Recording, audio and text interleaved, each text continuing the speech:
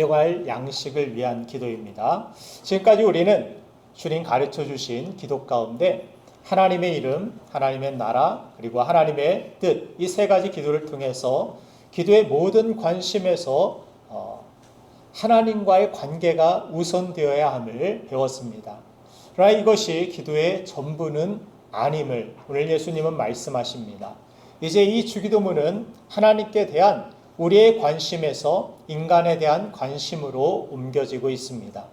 그 첫째는 먹고 살아야 할 양식이고, 둘째는 용서로서의 평안과 관계의 회복이고, 세 번째는 환경과 악으로부터의 보호하심입니다. 그 첫 번째로 양식의 문제가 오늘 주님이 가르쳐 주신 이 기도의 내용입니다. 오늘 본문 말씀을 함께 읽어보도록 하겠습니다. 마태복음 6장 11절 말씀입니다. 시작. 아멘. 우리는 때때로 신앙이 깊어질수록 육신적인 것을 포기해야 하는 것처럼 생각합니다. 그래서 금욕주의적인 것을 기독교적인 것으로 착각하기도 합니다. 그래서 육신을 멀리할수록 영성이 더 깊어져가는 성자가 된다라고 생각을 합니다. 그래서 교회에서 모여서 함께 운동을 한다든지 야유회를 간다든지 또 식사의 교제로 나누는 것을 좋지 않게 생각하거나 육신의 필요를 위해 기도하는 것은 좋지 않은 것이라고 생각하면서 육신의 필요를 위해 기도하지 않거나 또 육신의 필요를 위해 기도하는 것을 믿음 없는 것으로 여기기도 합니다. 디모데전서 4장 3절 이하를 보면은 바울이 잘못된 신앙에 빠진 이들에게 쓴 편지를 읽어볼 수 있는데 같이 한번 읽겠습니다. 시작.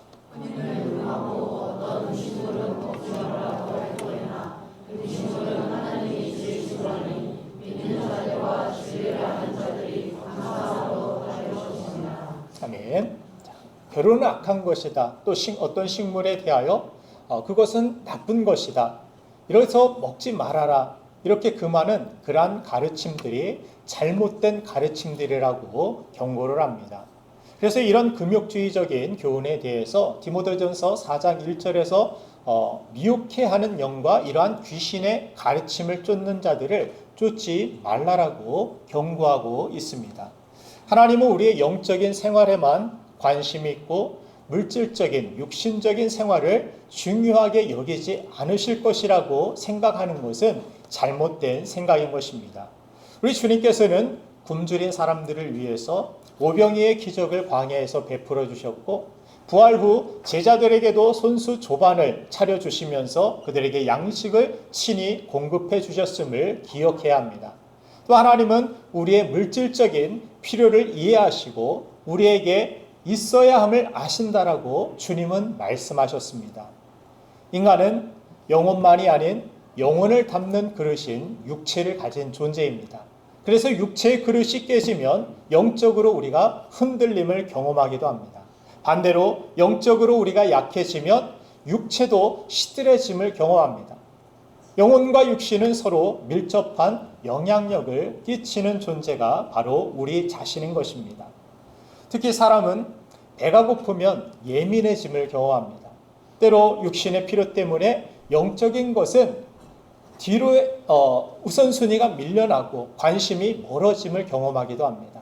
예배 때의 태도만 봐도 11시에는 이렇게 느긋했던 사람도 12시 점심시간이 가까워지면 설교가 5분만 더 길어져도 예민해짐을 볼 수 있습니다.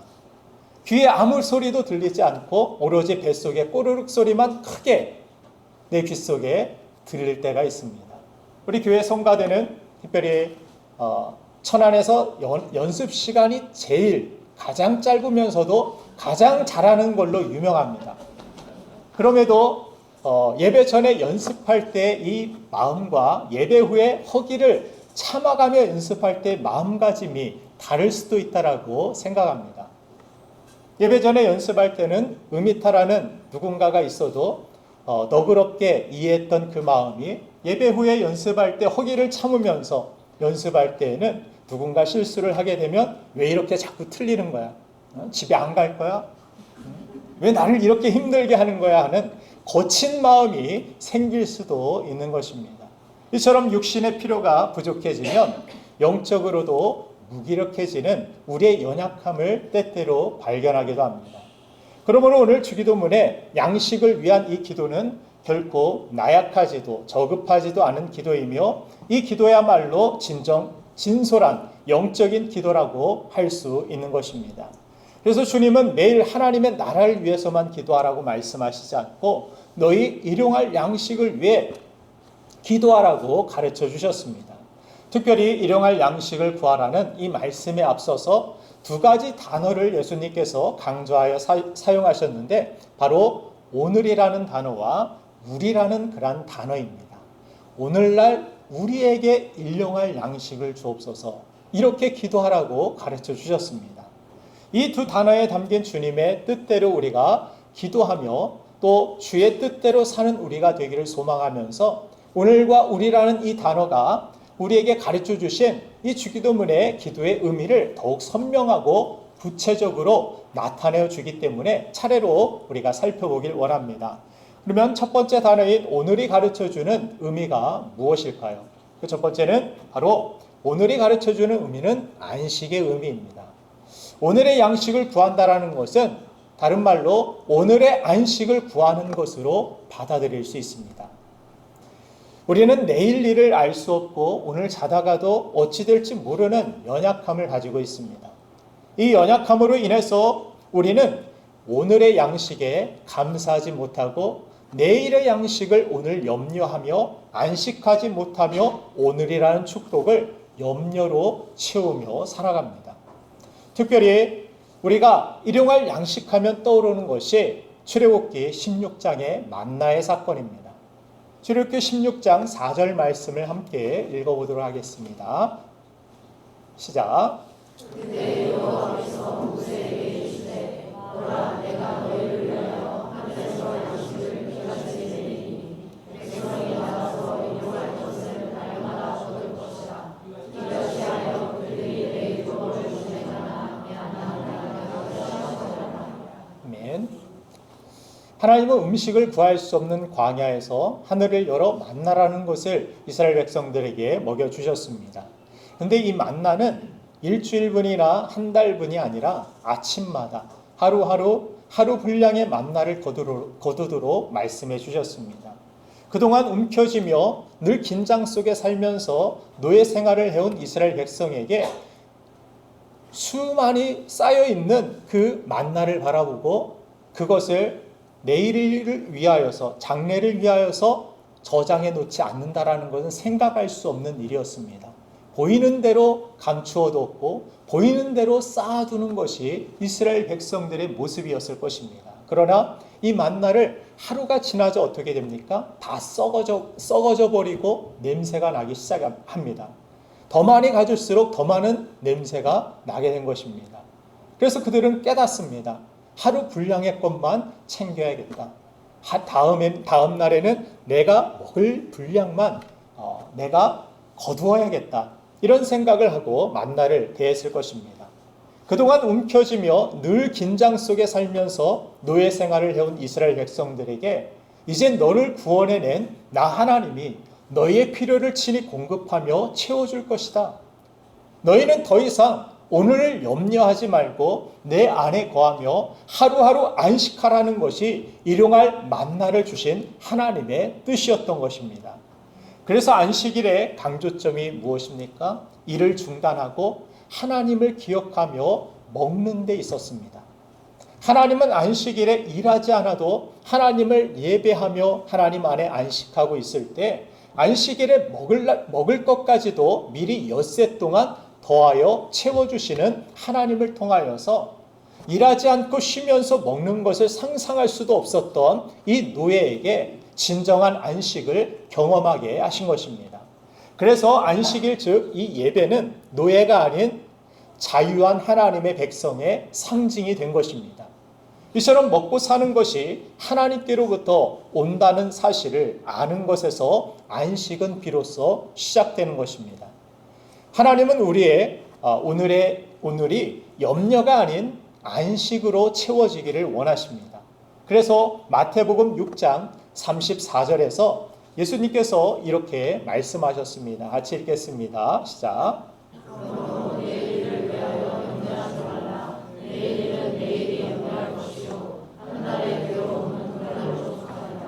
아멘. 예수님께서는 오늘 하루가 내일의 염려를 당겨서 염려로 채우지 말라라고 말씀하셨습니다. 그런 염려가 있거든 주님께 기도로 맡기고 오늘 하루 나에게 주신 작은 것에도 오히려 감사하고 하나님을 바라봄으로 하나님을 신뢰함으로 그 안에서 안식하는 우리의 삶을 주님께서 말씀하여 주신 것입니다. 그럼에도 불구하고 우리에겐 여전히 미래에 대한 염려가 얼마나 많이 남아있는지 모릅니다. 특별히 경제적인 문제, 먹고 사는 문제에 있어서 미래는 늘 걱정거리입니다. 예수 믿는 것과 먹고 사는 문제는 이 별개라는 생각에 적어도 먹는 문제만큼은 순전히 내 노력하에 달려있다고 극단적인 어떤 결론을 가지고 안식을 잃어버린 채 살아가는 사람도 많이 있습니다. 그분들도 이해가 되는 것은 우리 믿는 자들도 우리 안에 미래에 대한 경제적인 먹고 사는 문제에 대한 염려들이 끊임없이 찾아오고 남아있기 때문입니다. 그래서 주일날 가게 문을 닫거나 일을 쉬는 것보다 영업을 하는 것이 수익 면에서 훨씬 낫다라고 생각을 합니다.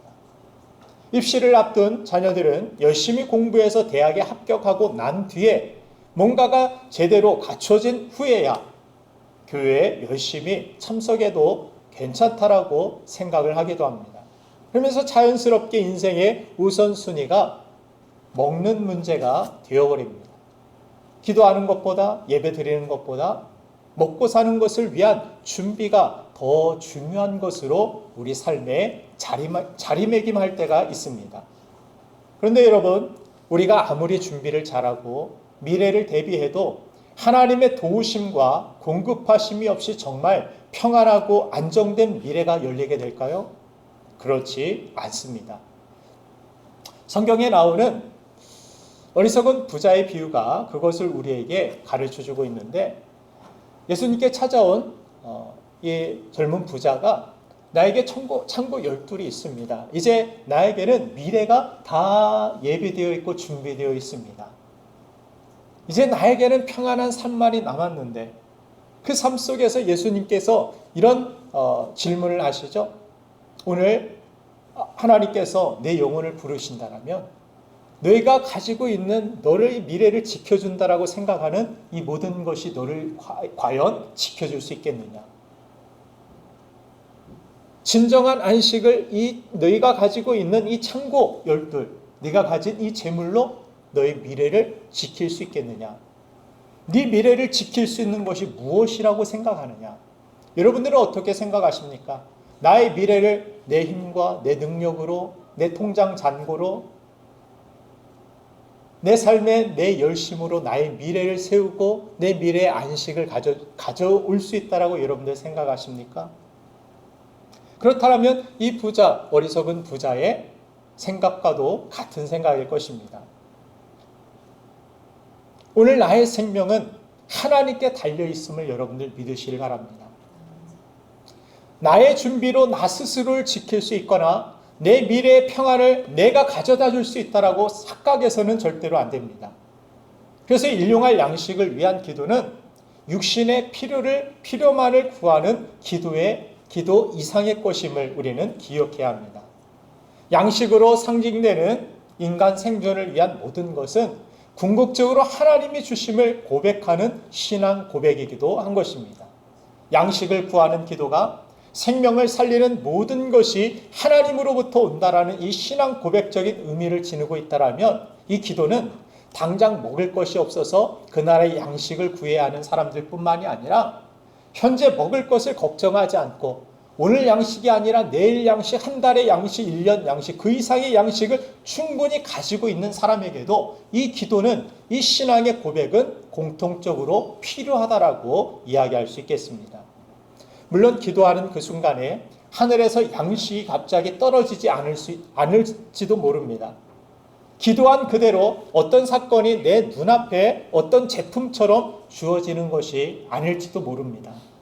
그러나 공급을 약속하시는 하나님을 우리가 신뢰할 수 있다면, 염려 대신 하나님을 신뢰하고 기도할 때 하나님은 우리가 양식을 얻을 수 있는 에너지를 넉넉히 주시고, 또한 우리에게 그러한 양식을 얻을 수 있는 기회와 또 상황을 공급해 주심을 믿으시길 바랍니다. 저도 전도사 때 참 어렵고 힘들고, 그때 월급을 20만 원 받았나요? 한 달에 20만 원, 40만 원 가지고 아이까지 태어나서 그것을 가지고 어떻게 살아갈 수 있을까?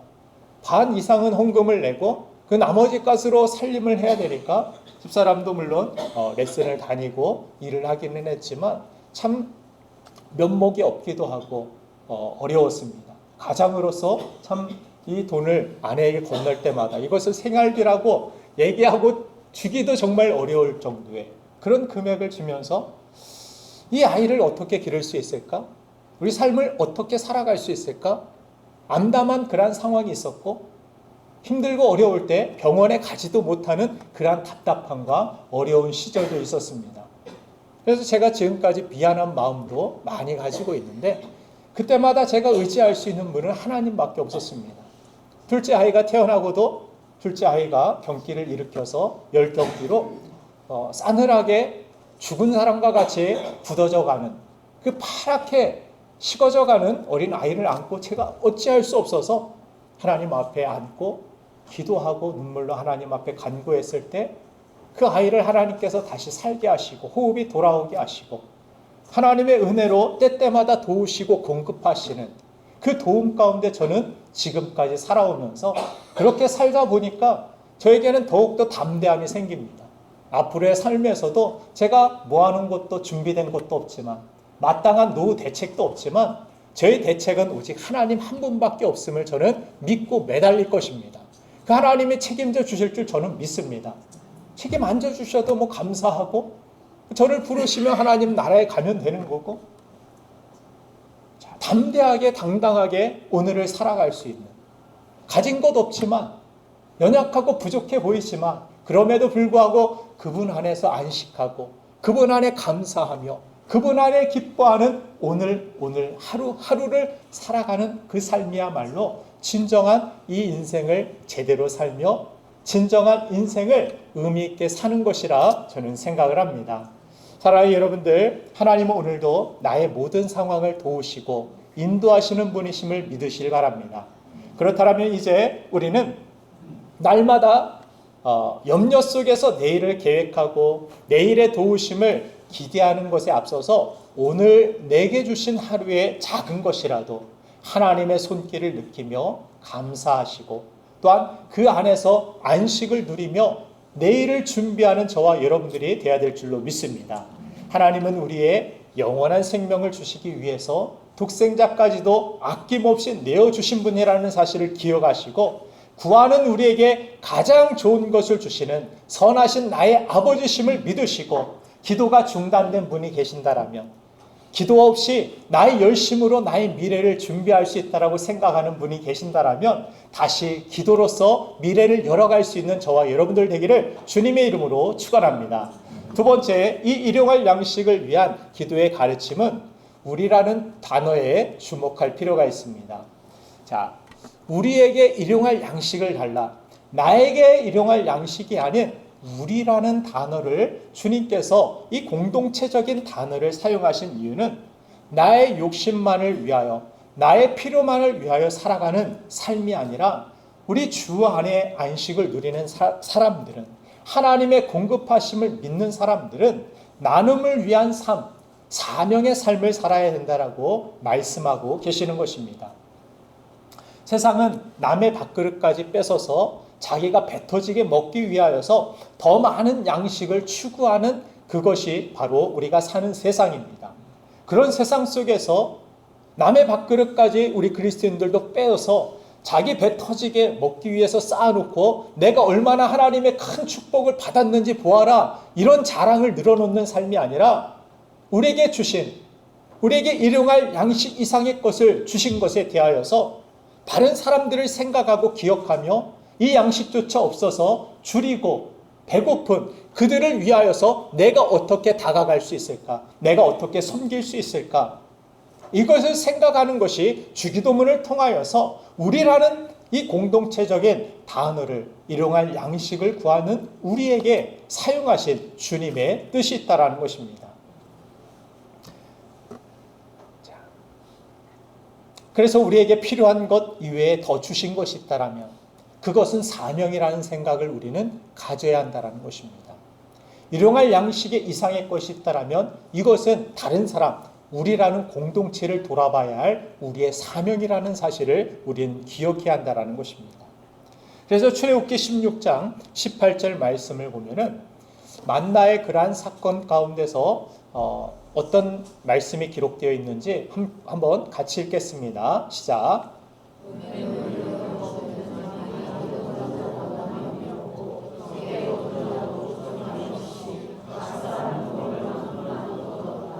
아멘. 적게 거둔 자도 부족함이 없다라는 이 기록을 보면서 저는 아마도 많이 가진 사람이 많이 거져도 소용이 없네. 이것은 오히려 음식 쓰레기가 되고 나의 또 다른 일거리가 되는 그 모습을 통하여 오히려 더 많은 것을 가지고 늦게 일어났거나 몸이 불편하거나 그 만나를 적게 거둔 그 사람을 바라보면서 얼른 나눠줘야지. 아마 천국의 모형과 같이 만나의 그러한 사건 가운데 그들의 공동체가 변화되지 않았을까 이런 생각을 해봅니다. 그것이 자기의 남은 음식을 처리하는 것이 귀찮아서 이유가 되었든 어떻게 되었든 그들의 움직임이 예전과는 달랐을 것입니다. 예전에는 만나를 보자마자 어떻게든 감춰두고 쌓아두고 움켜졌다라면 이제는 그 다음날부터는 이러면 안 되겠구나. 더 많이 내가 가졌구나. 내가 더 많이 가져왔네 그랬으면 적게 가져온 사람, 못 가져온 사람, 그 사람들에게 서로 나눠주고 서로 베푸는 그러한 공동체의 모습이 정말 천국의 모형과 같지 않았을까 이런 생각을 해봅니다. 그래서 누가복음 6장 38절 보면은 주님께서 우리의 삶에 정말 항상 기억하고 살아야 되는 것이 어떤 삶인지를 우리의 방향성을 제시하여 주시는데 한번 같이 읽어보겠습니다. 시작. 주라.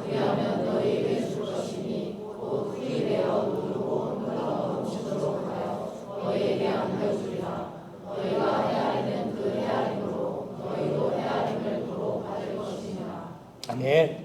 아멘. 주님께서는 우리 그리스도인의 삶이 염려가 아니라 걱정이 아니라 욕심이 아니라 어떤 삶을 추구해야 되느냐?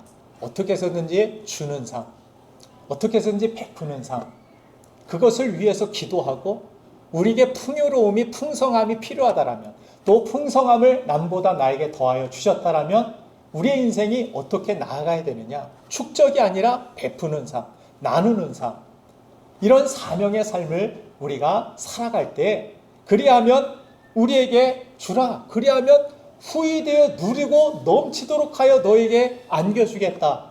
너에게 채워주겠다. 그 공급하시는 놀라운 하나님. 그런 사명자의 삶을 살아간다라면, 그런 삶의 방향을 잃지 않는다라면 그 사람에게 어찌 하나님께서 더욱 베풀어 주시지 않겠습니까? 더 채워주시지 않겠습니까? 주면 줄수록 그 사명을 이루기 위하여 더 나눠주고 더 베푸는 삶 가운데 하나님께서 더 주시고 더 주셔도 이 사람은 괜찮겠구나.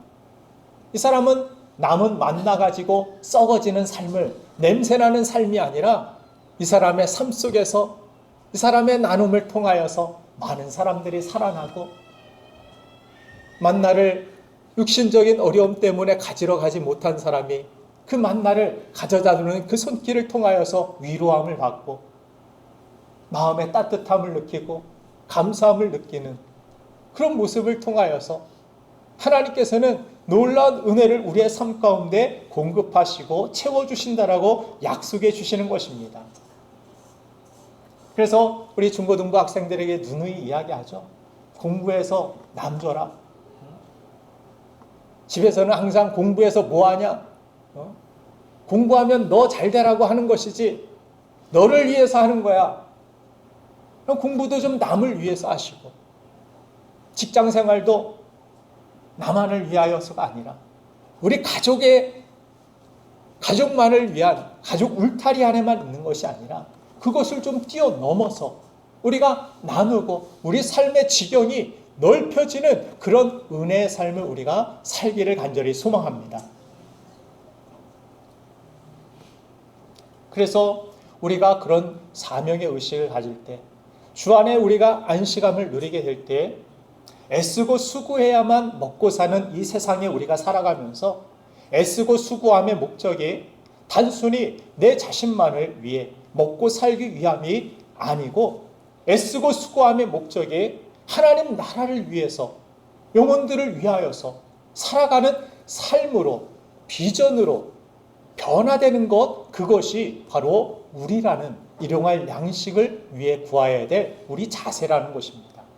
그래서 내 직장은 더 이상 하나님 나라를 위한 내 자신만을 위한 직장이 아니라 하나님 나라를 위한 사명지가 되는 것입니다.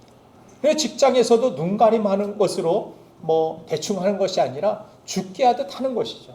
그래서 그 직장에서 성실함이 인정받고 다른 사람들에게 선한 영향력을 끼칠 수 있게 되고 그런 변화가 확장되어져 나아가는 것, 그것이 일용할 양식을 구할 때 우리라는 단어를 기억하며 기도해야 되는 우리의 자세라는 것입니다.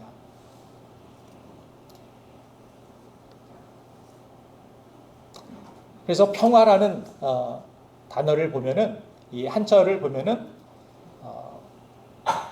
쌀이 골고루 입에 나누어지게 될 때 진정한 평화가 있다라는 사실을 한자어를 통하여서도 깨닫게 됩니다. 그래서 그리스도인이라는 삶이라는 것은 더 나를 위하여 더더더더 이렇게 나아가는 것이 아니라, 더더더더 하니까 뭐가 생각나요? 음주 측정할 때 생각나죠? 우리는 덜덜덜덜, 그죠? 우리가 추구해야 되는 것은 덜덜덜덜이에요. 여러분들, 더럽다라는 그런 단어를 보면은 더럽다라는 것이 뭐예요? 덜 없다, 그죠? 덜 없다. 덜지 않으면 우리 삶 가운데 더러워진다라는 것을 뜻한다라는 것입니다. 내 삶에서 덜지 않으면, 비우지 않으면 썩어지고 더러워지는 것. 그래서 오늘을 위한 양식을 구하는 이 기도는 우리 삶 가운데서 내 자신만을 위하여서, 내 필요만을 위하여서 구하지 아니하고 다른 사람들을 위하여, 공동체를 바라보며 주변 이웃을 바라보면서 하나님 앞에 간구하여 나에게 풍성한 것이 주어졌을 때도 우리가 썩지 아니하고 그 나눔을 통하여, 섬김을 통하여서 우리의 삶이, 그 하나님이 주신 축복이 더 이상 냄새나고 썩어지고 사람들에게 손가락질 받는 그런 삶이 아니라 오히려 많은 사람들에게 참된 그리스도인의 모습을 보여주고 하나님의 사랑을 전하는데 우리의 삶이 쓰임받는 그런 삶이라는 것을 뜻하는 것입니다. 사랑하는 여러분들, 우리 삶 가운데 내 자신에게 주어진 하나님의 풍성한 은혜를 가지고 우리를 돌아보고 이웃을 돌아볼 수 있는 비전의 사람, 사명의 사람이 되기를 주님의 이름으로 축원합니다. 그렇게 하나님이 기뻐하시는 뜻을 위하여 우리가 하나님 앞에 구할 때 하나님은 구하지 않은 것까지도 채워주시고 더하여 주시고, 먼저 그의 나라와 그의 의를 구하라, 그리하면 이 모든 것을 너에게 더하시리라. 모든 것을 더하시면 그 더한 것 가지고 뭐 할 것입니까? 더 주세요, 더 주세요. 이러면 더 주실까요? 그렇지 않죠. 사용하고 나눠주고 베풀고 섬겨주고 지치고 어려운 그런 이웃들을 바라보며 내 물질을 사용하여서 식사 한 끼를 대접함으로 나의 일용할 양식만을 위하여서 맛집이라고 광고하고 이 사진만 찍어서 광고하지 마시고, 오늘도 나는 맛집에 왔어요. 내 자랑이, 우리 그리스도인의 자랑이 거기에서 그치지 마시고 다른 사람들과 함께 식사의 교제를 나누고 나의 양식을 채울 뿐만이 아니라 일용할 양식이 없는 그들을 위하여 섬김을 통하여서 나눔을 통하여서 다른 이웃들에게 진정한 주님의 사랑과 은혜를 전할 수 있는 우리 모두가 되기를 주님의 이름으로 축원합니다. 이 시간 우리 함께 우리 하나님 앞에 기도하기를 원합니다. 이 주기도문을 우리가 할 때